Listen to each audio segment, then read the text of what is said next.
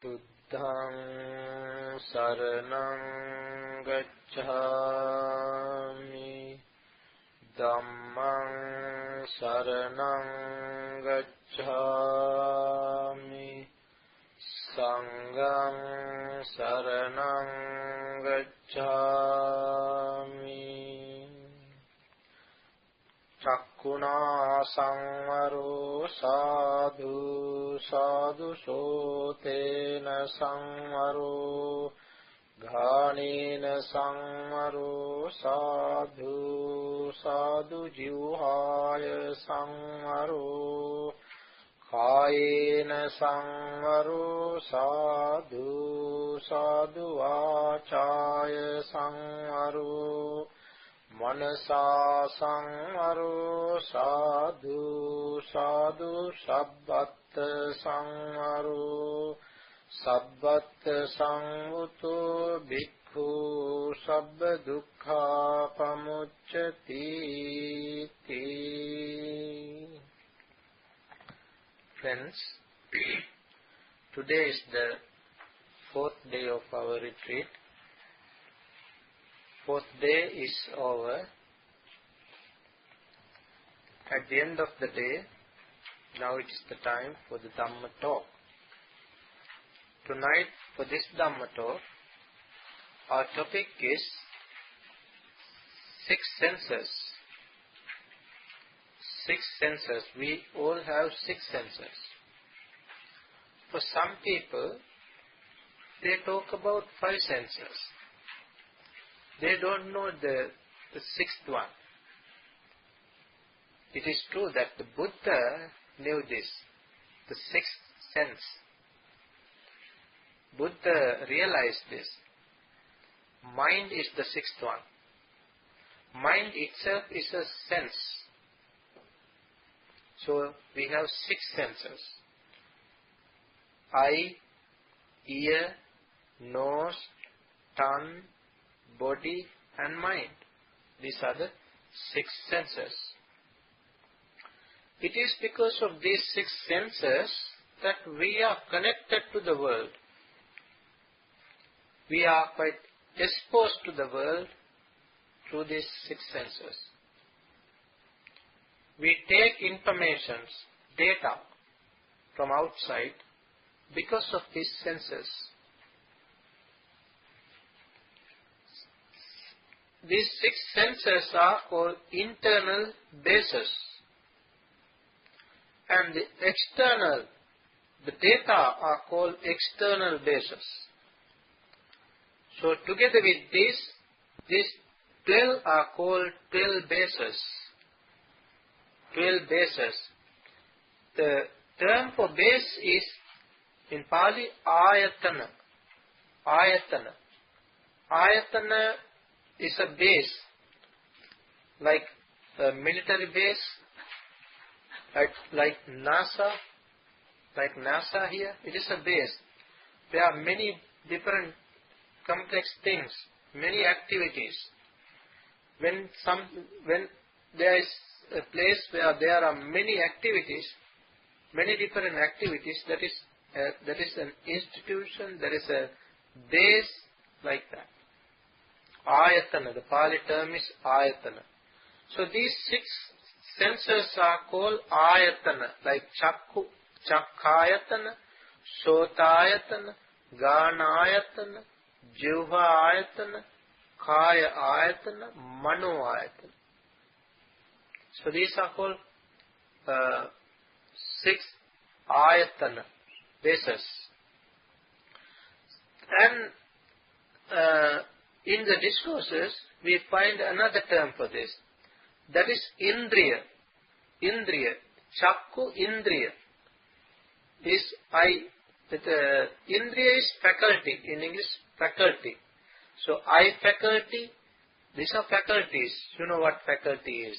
Like in a university, you find a faculty.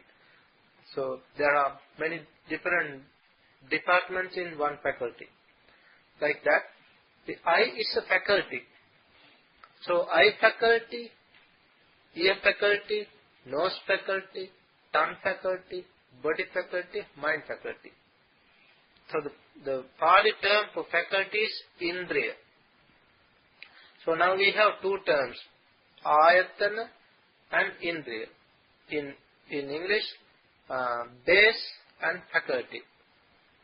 So these are, it is because of these faculties we perceive things in the world. We get many informations. So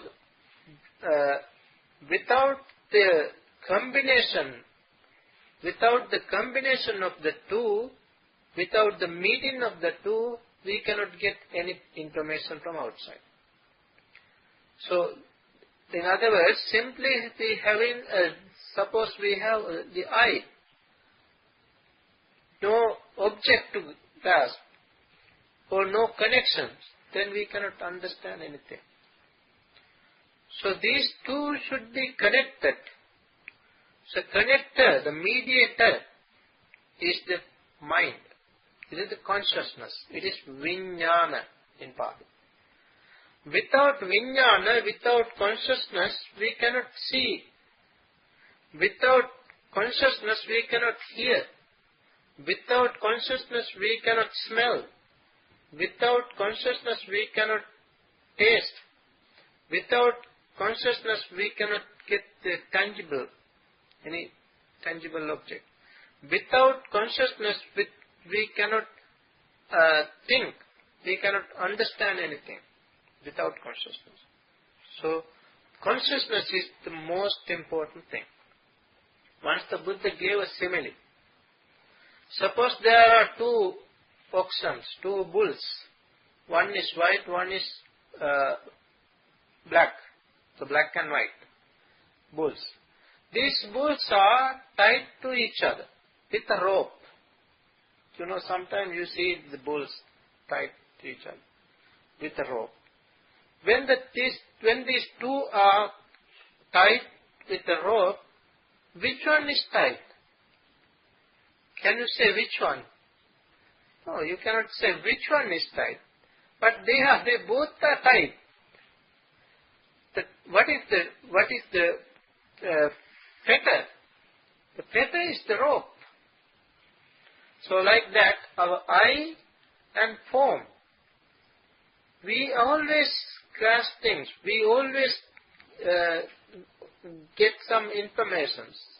We always get something from outside because of our consciousness.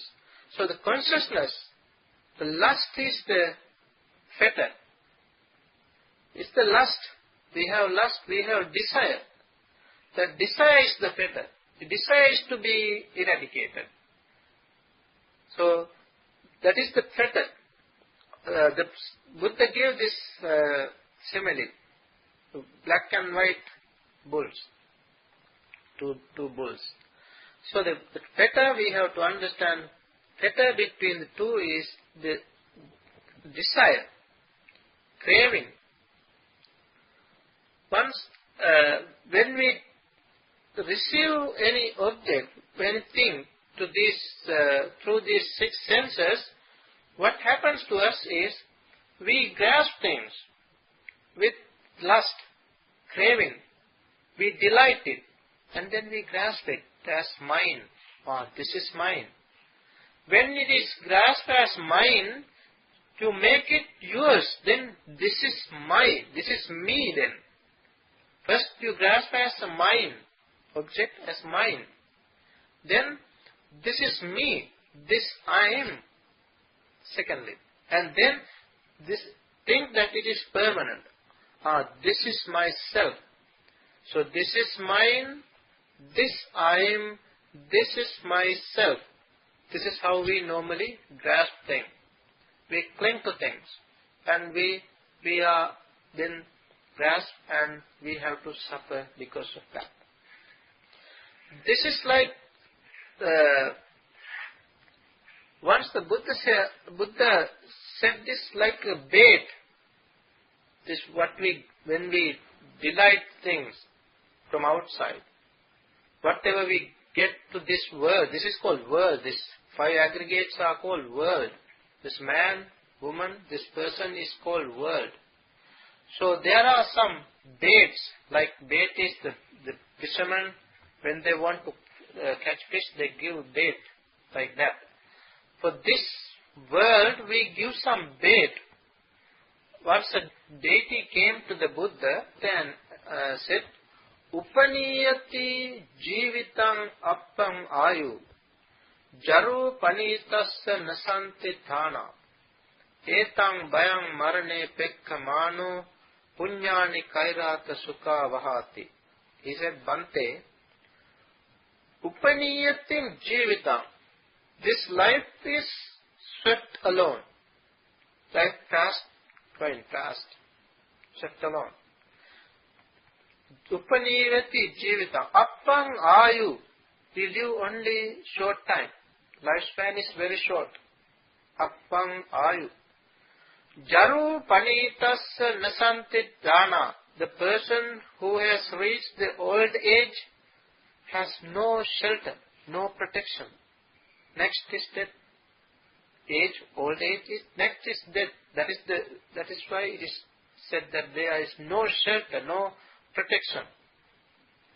Jaru panitasya nasanti dhana. Etang bhayang marane pekkamanu. Having understood this danger in death, punyani kairata sukha vahati. One has to do more and more good deeds, more and more merits, which brings happiness. That is what the deity said. Then the Buddha said the same thing, but the last line is different. The first three lines are the same.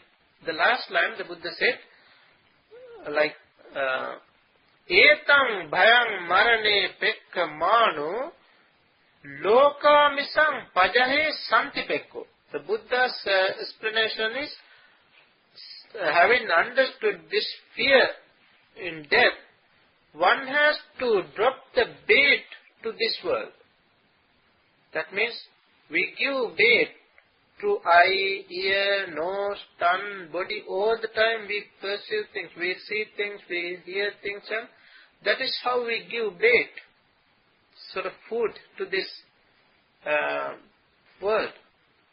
It is because of this we sort of gratify these senses. We try to gratify these senses, six senses, which is impossible. We cannot come to the apex. We cannot complete it. So we try to gratify the senses. We cannot be satisfied. We all are insatiate. These six senses, when we gratify these senses, we try to grasp things. For this also Buddha gave a simile, a beautiful simile. You know, in Asia, we have jack trees. You know the jack trees. In the jack tree, the liquid of the jack tree is sticky. With this sticky glue, the hunters, they make a trap. That is, they make a baby like a teddy bear. Like a teddy bear, they make a baby. And they take this to the woods and keep it in the woods to capture these monkeys.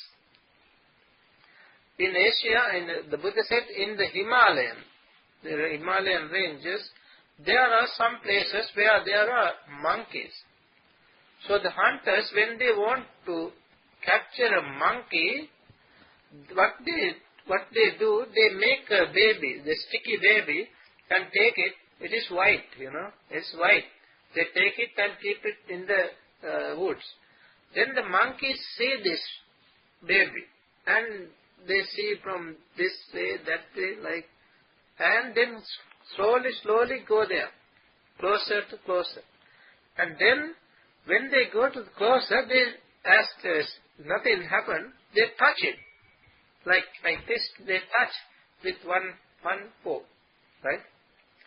Then it stick there, the hand. Then he wants to release the hand, so he touches with other hand. it is again, that is also stiff. So that, and then to release both hands, he used his legs. One leg, the other leg, right? Then and after that, to release all these pose, he then hit with the head. Head itself is stuck. That is what happened to monkey. Like that, the same thing, Buddha said, that is the same thing happened to us. Because of things, and we try to please our senses. Oh, it's very beautiful. When you see something, you think, oh, it's very beautiful. And then you try to see its parts. First you see the object as a block. And thereafter the parts of it. And try to be happy. Try to please yourself. What happens? You cling to that. Just like the monkey. That is how we, through eye, and then through ears, nose, tongue, body and mind. All the 6 ways we cling to things. That is how we develop our clinging. So we cling to things. So the wise persons, only the wise person can understand this. Only the wise person think in such a way that how to release, how to get rid of this. So wise person try to understand this through meditation. Then he can do this. It is again, there is a simile. You know that these similes are not my similes. All these similes given by the Buddha. We trust the Buddha. Buddha is our matchless refuge. Buddha has given all these similes, all these different teachings. What I talk here is what the Buddha has taught. So the Buddha gave a very beautiful simile to this also. How to control these 6 senses. 6 senses are compared to 6 animals.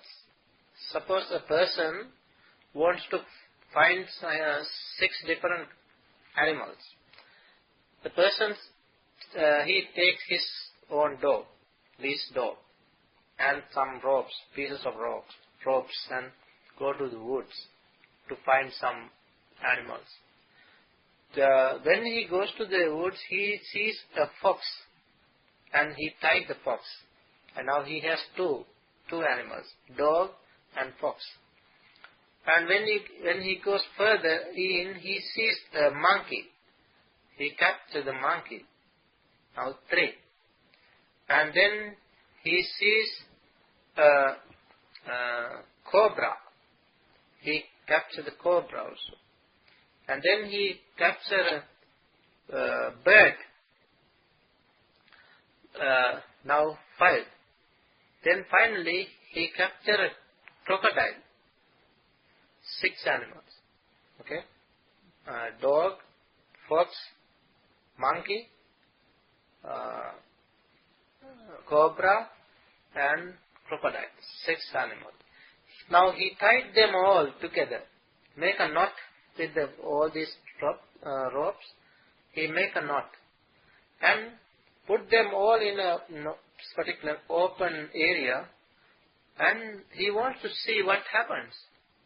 He put them, there is a sort of test. You want to do this, what's happened? He wants to know this. So he put them all in that area and what is happening. So they try to drag to different sides. So they try to drag to where? The dog try to drag, he wants to go to the village. The dog wants to go to the village. The fox wants to go to the woods. The monkey wants to go to the tree. The cobra wants to go to and the birds want to fly to the sky. And the crocodile wants to go to the pool. They drag to each side, different sides. All this. So, he observed this, what is happening. And after a few minutes, he saw that the crocodile. The all others, they drag here and there. Finally, they all exhausted. Finally, the crocodile took them all into the pool. So we have a crocodile. Crocodile is our mind. The mind can control all these senses, all other five senses. So the Buddha gave this simile. The mind is the forerunner. You know this stanza, the first stanza of the Dhammapada? Mano Pubbangama Dhamma. Mind is the forerunner, the Buddha said. So, if we can understand our mind, we can understand other senses as well. Because mind is there in every sense. Mind, in other words, is vijnana, consciousness.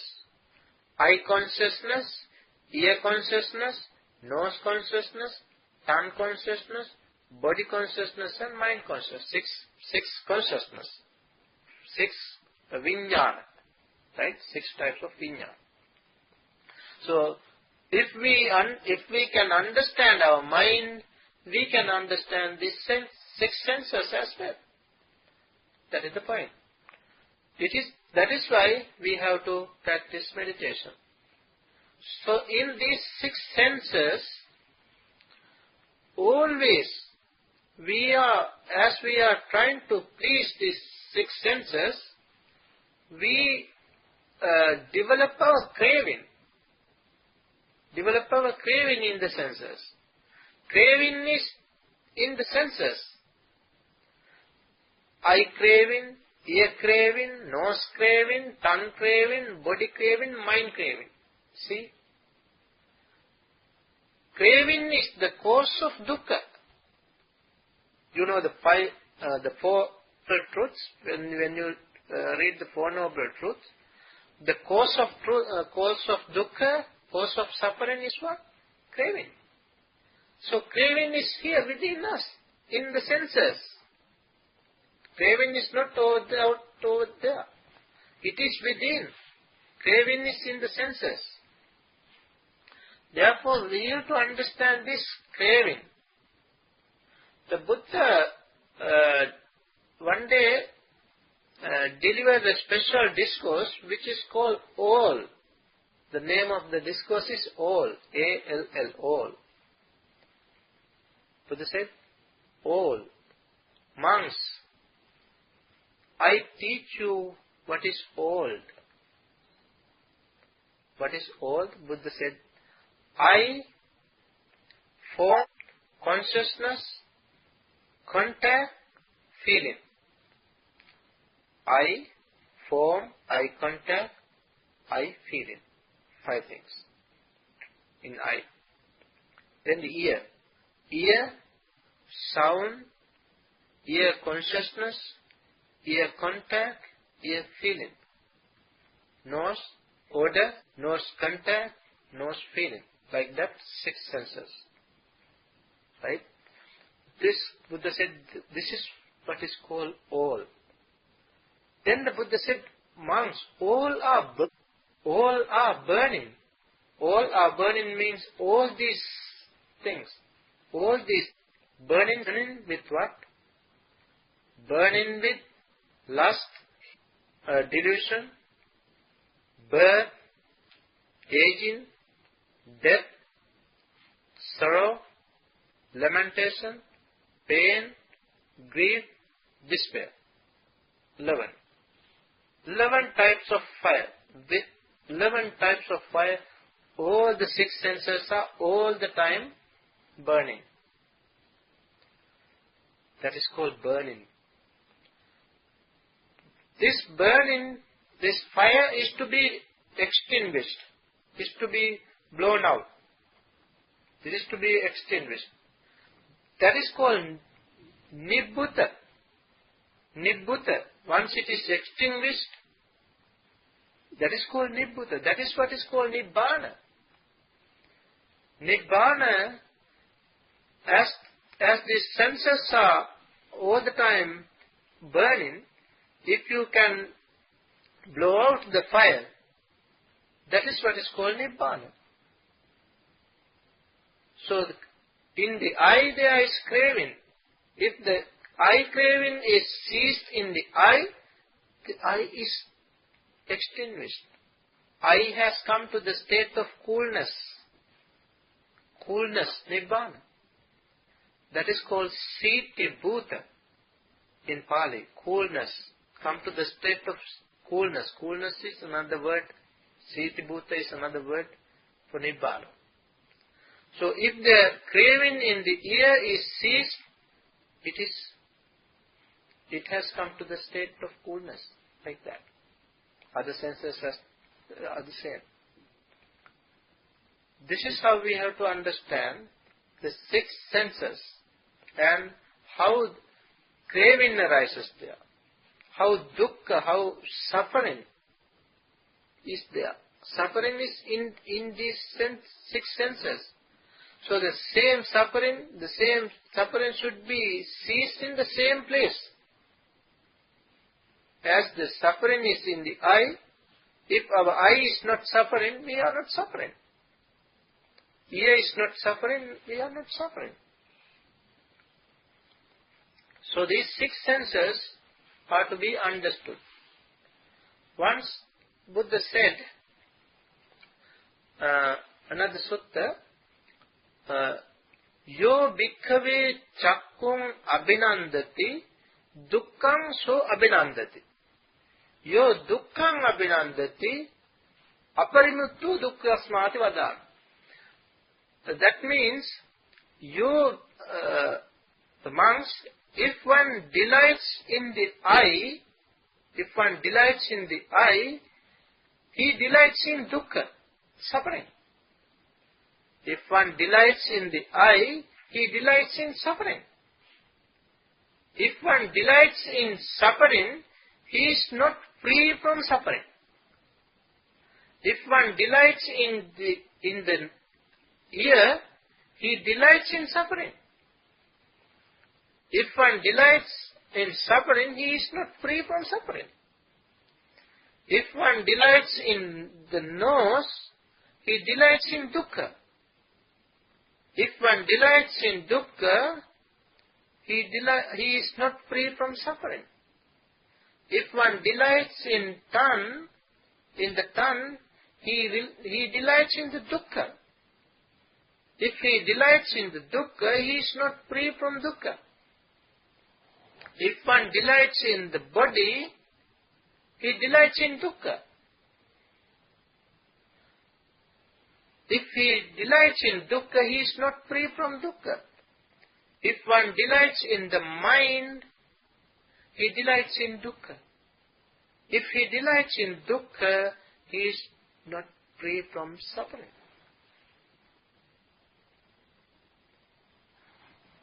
This is the way. It is because of delight, our gratification. This craving arises, dukkha arises. Once there was a Brahmin ascetic in the time of the Buddha. His name was Bhavari. He used to make sacrifices to propitiate God. One day he made a sacrifice, and after his sacrifice he came to his kuti, his cell. When he came to his cell, his kuti, there was another Brahmin ascetic. He was very dirty, sort of dust, full of dust all around his body. His hair, matted hair, and reddish teeth. So he asked 500 gold pieces from this Brahmin, from Bhavari. 500 gold pieces means 500 money, like $500 today. He asked. Then this Brahmin said, "I'm sorry, I have no such things. I am a simple Brahmin. a simple ascetic. I offered what I had, I offered today to the God. And when he said this, that ascetic said, the guest ascetic, he said, if you don't give, when I ask if you don't give, then may your head split into 7 within 7 days. Like that he cursed. You know, the ascetic, some ascetics those days, they cursed in such a way. If you don't give when I ask, may your head split into 7 within 7 days. Now, hearing this Brahmin, this ascetic, so scared, and so as he was afraid, he started to think, what is to be done now? Within 7 days, this might happen, because he was an ascetic. The one who cursed was an ascetic, so this might happen. So he wanted to find a way to escape. Then a certain deity appeared. This deity was one of his relatives in his previous life. Now, this deity appeared there and said, don't worry, don't be afraid on this. Nothing happened to you, because he himself does not know what the head is. He himself does not know what the splitting is. Therefore, nothing happened to you. Don't worry. Don't be afraid, he said. Then he asked, then who knows what head, what splitting? Who knows it? Then the deity said, only the Buddha knows this. Buddha knows what the head is, what splitting is. Then he asked, then where is the Buddha? The deity said, the Buddha is at Jetavana monastery in the north, India. In the north, there is a monastery, Jetavana. Now the Buddha is there. You can go and ask. So this Brahmin was a teacher. Bavari was a teacher for 500 disciples. He had 500 disciples. So of the 500, there were 16 eminent, prominent students. 16. Now, he then summoned his pupils and he said, the Buddha has appeared in the world. Buddha is there in the monastery, in that particular monastery. You better go there and ask this question, what the head is and the splitting is. And when you go there, then the students, they ask, then how can we understand, how can we recognize the Buddha? Then he said, we have in our books, we have these 32 marks. 32 great marks. So see this, when you see the person, you will understand. You will be able to recognize the Buddha. So the students, 16 students, went to meet the Buddha. And further this teacher said, when you go first, ask questions. Ask this first. Ask who is our teacher? What is his name? And how many students he has? Ask these questions mentally, not verbally. When you meet the Buddha, ask this mentally. Then the Buddha will answer you. So as the teacher said this, the students went to meet the Buddha. When they met the Buddha, they asked this question. They first asked, who is our teacher? Then the Buddha, by the time Buddha was giving a talk, and after this, Buddha said, when asked, Buddha said, your teacher is Bavari. Then they asked, how many students he has? He has 500 students. Now nobody is there to ask questions. Buddha gives some answers.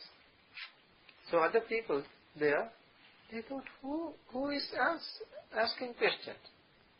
So finally they understood that the students, they ask questions, Buddha gives answers mentally.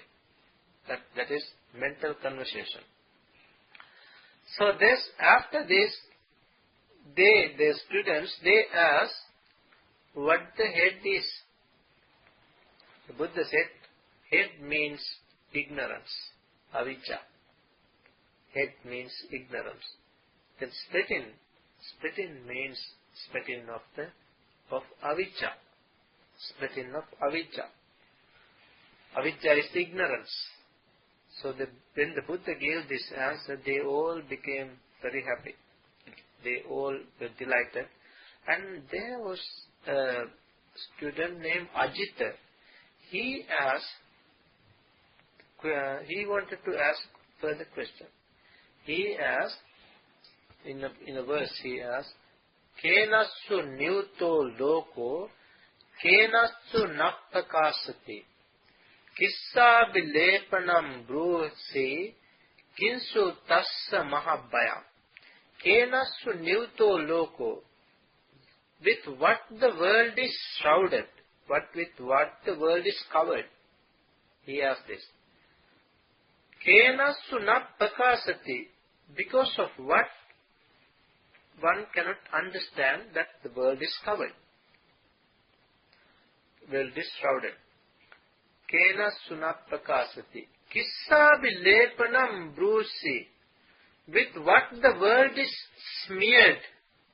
World is smeared all over. With what? Kinsu tassa mahabhayam, for him, what is the greatest fear?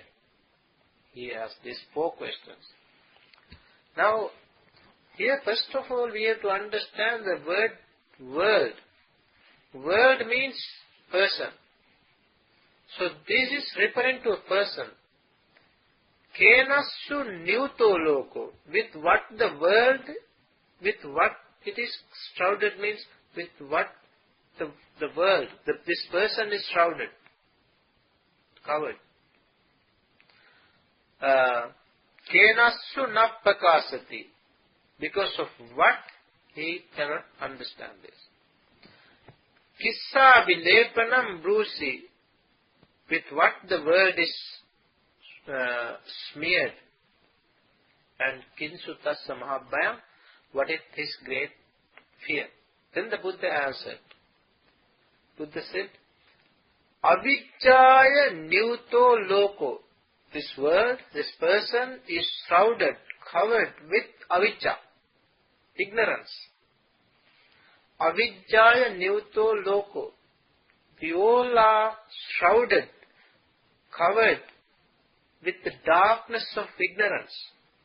Avijjaya nyuto loko. Vevicca pamada nappakasati.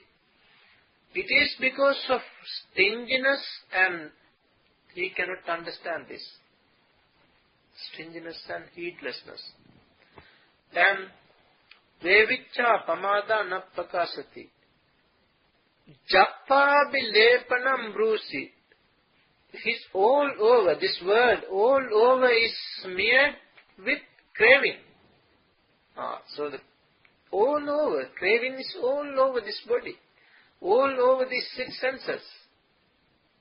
That is why the Buddha said, Jappa vilepanam brusi. The word is smeared with craving. Jappa vilepanam brusi. Dukkam tassa mahabhayam. To him, the greatest fear is dukkha. Him is you, me, everybody. Dukkam tassa mahabhayam. That is how the Buddha answered. Then he asked further question.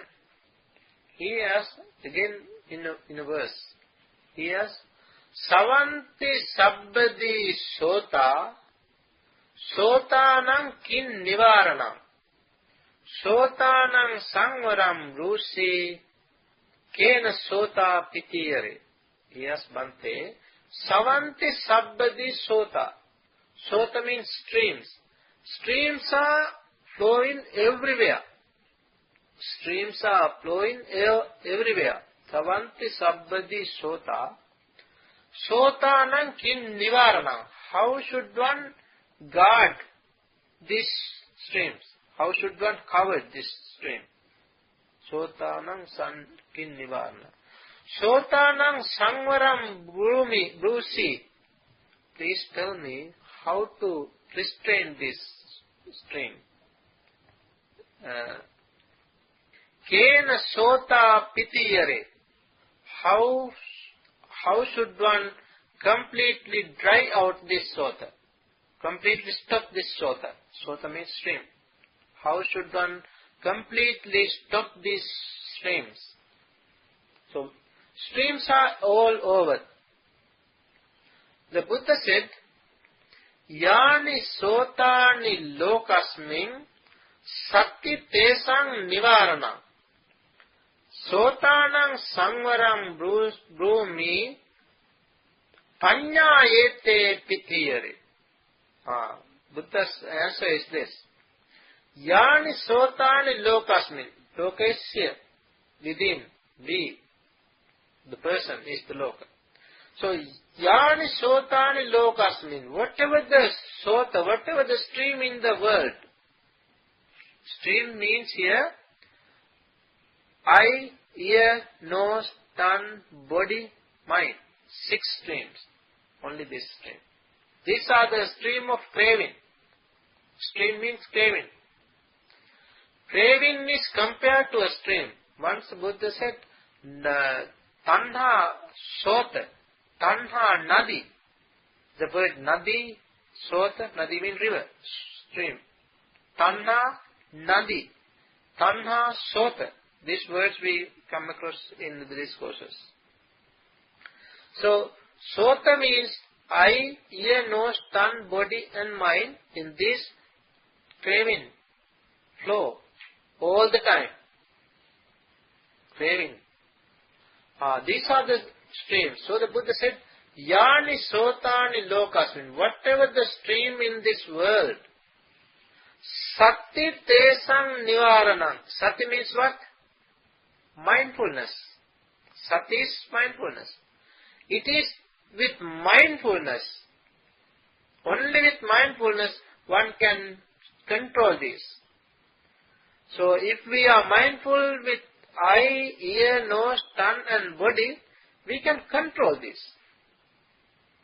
Control our craving. If we are not mindful, if we are unmindful, we all the time we have craving. That is why we want to develop mindfulness. Sati tesang nivarana. Then finally he asked, how should one dry out? How should one completely stop these streams? Buddha said, Panya ete pitiyare. It is through panya. What is panya? Wisdom. So it is through wisdom you can completely dry out, completely stop these streams. You see how important is the two, mindfulness and wisdom. This is why we practice meditation. When we practice meditation, we develop our mindfulness, develop our wisdom. Wisdom is the same with insight. Whether you say insight or wisdom, it's the same. It is a synonym. Wisdom is a synonym for insight. Vipassana.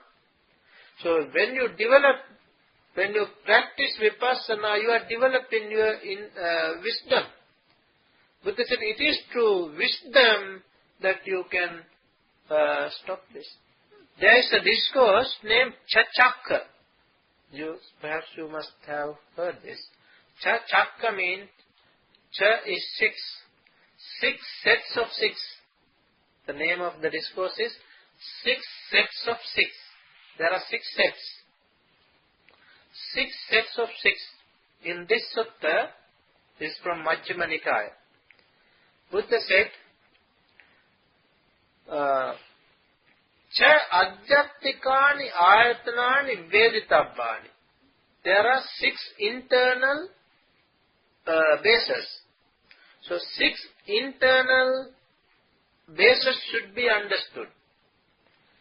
6 external bases should be understood. 6 classes of consciousness should be understood. 6 classes of contact should be understood. 6 classes of feeling should be understood. And 6 classes of craving should be understood. These can be understood only through vipassana, only through wisdom. This is why we want to practice. When we practice this, we can understand this one by one. So in days to come, we want to practice this. In days to come, we want to give attention to these different objects, different faculties, like eye faculty, ear faculty, nose faculty, tongue faculty, body faculty, mind faculty. And we want to understand their corresponding data, the external basis. We want to understand the consciousness. All these are mental, You cannot see this outside. Mentally you can understand this. It is possible.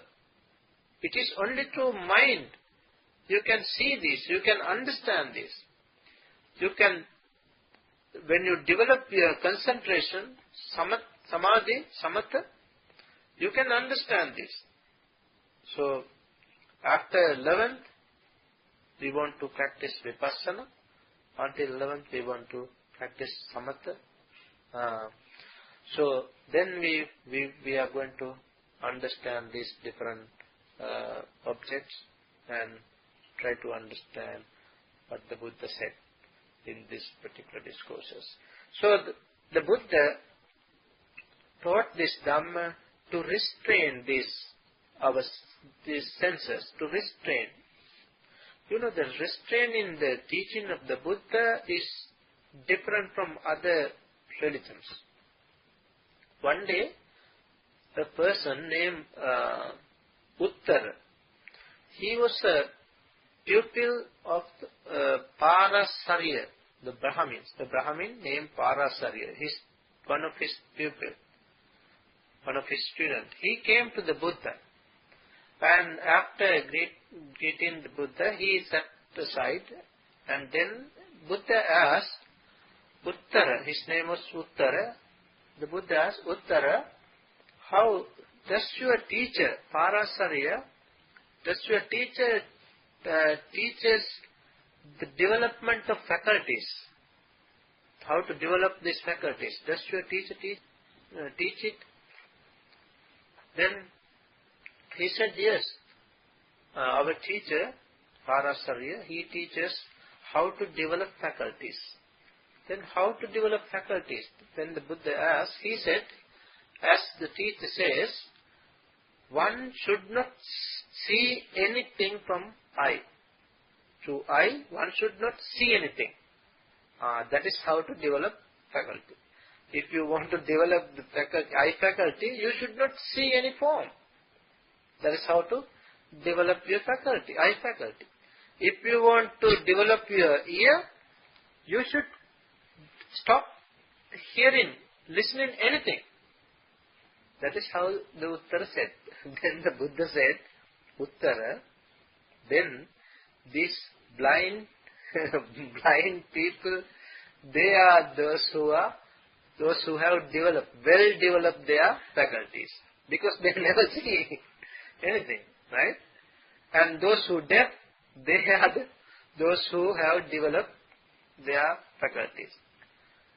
When this was said, he became silent. Uttara, this student, he became silent. He dismayed, his shoulders drooping and head down, and he just kept silence without any response. Then Venerable Ananda was there. The Buddha said, Ananda, the development of faculties in the Parasarya's teaching is different. But the development of faculties in the Noble One's discipline, That means the Buddha's dispensation is completely different. It is a supreme development of faculties.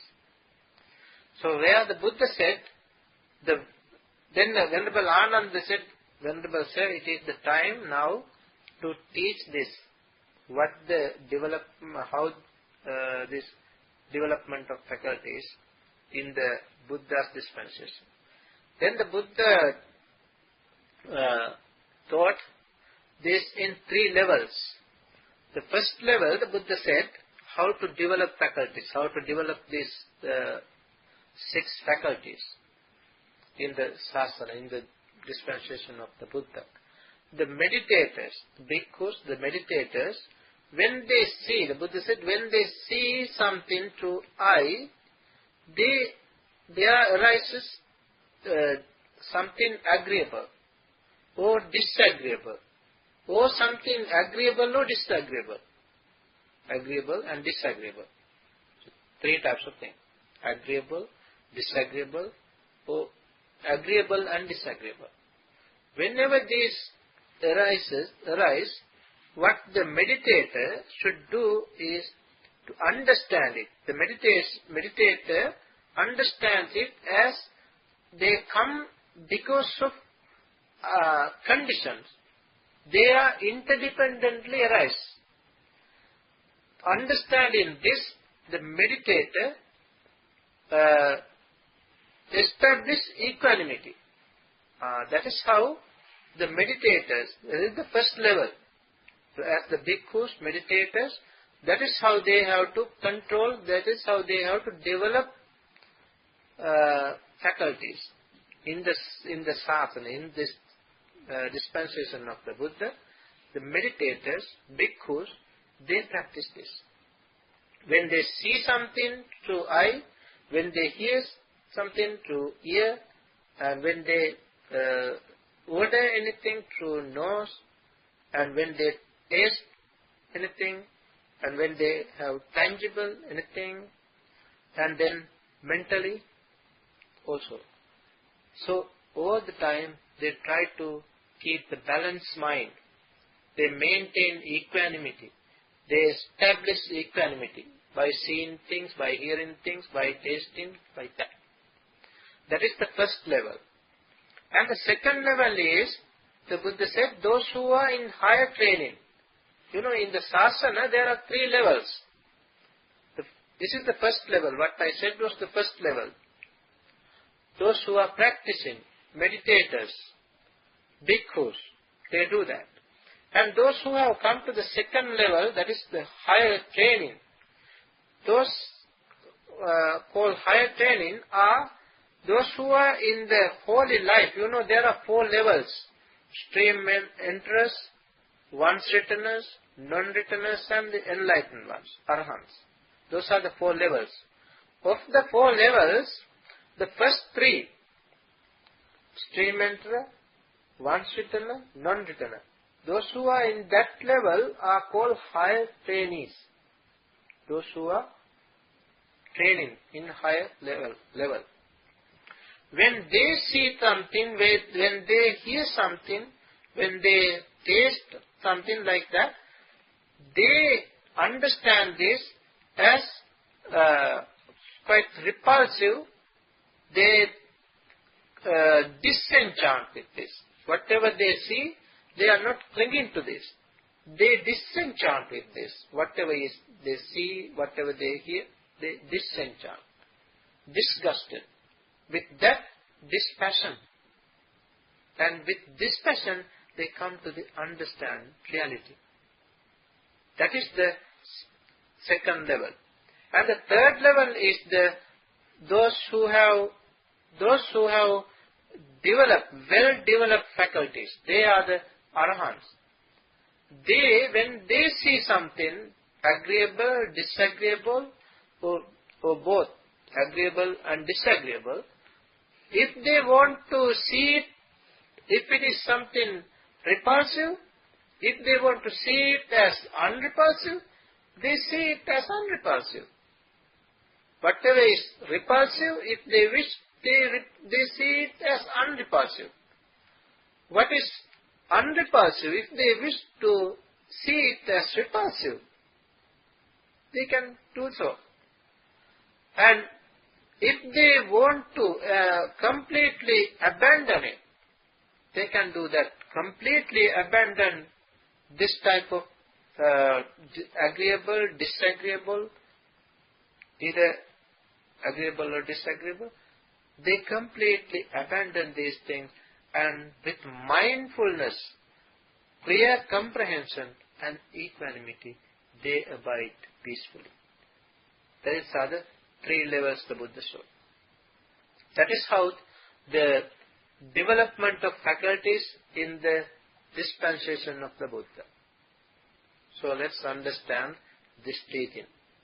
The stanza that I recited at the very beginning of this talk is Chakkuna Sangvaro Sadhu Sadhu Sotena Sangvaru Ganena Sangvaro Sadhu Sadhu Jivhaya Sangvaru Kayena Sangvaro Sadhu Sadhu Vachaya Sangvaro Manasa Sangvaro Sadhu Sadhu Sabbatta Sangvaro Sabbatta Sangvaro Bhikkhu Sabba Dukkha Pamucchati. This is restraining. Buddha said sadhu. What is the meaning of sadhu? Sadhu means good. It is excellent. Excellent. Sadhu means good. So good is the restraint of the eye. Chakkuna Sangvaro Sadhu. Good is restrain the eye. Sadhu Sotena Sangvaro. Good is restrain the ear. Ganena Sangvaro Sadhu. Good is restrain the nose. Sadhu Jivhaya Sangvaro. Good is restrain the tongue. Sadhu Jivhaya Sangvaro. Kayena Sangvaro Sadhu. Good is restrain the body. Kayena Sangvaro Sadhu. Sadhu Vachaya Sangvaro. Good is restrain the speech. And Manasa Sangvaro Sadhu. Good is restrain the mind. Manasa Sangvaro Sadhu. Sadhu Sabbatta Sangvaro. Good is restrain in all the way, everywhere. Good is restrain in everywhere. Sabbatta Sangvuto Bhikkhu. The Bhikkhu, this term Bhikkhu is not only monks, whether monks, nuns, lay persons, meditators, practitioners. Bhikkhu means practitioners. Sabbatta Sangvuto Bhikkhu, the practitioner, the meditator, who is restrained everywhere. Sabbatta Sangvuto Bhikkhu Sabba Dukkha Pamucchati. He is free from all suffering.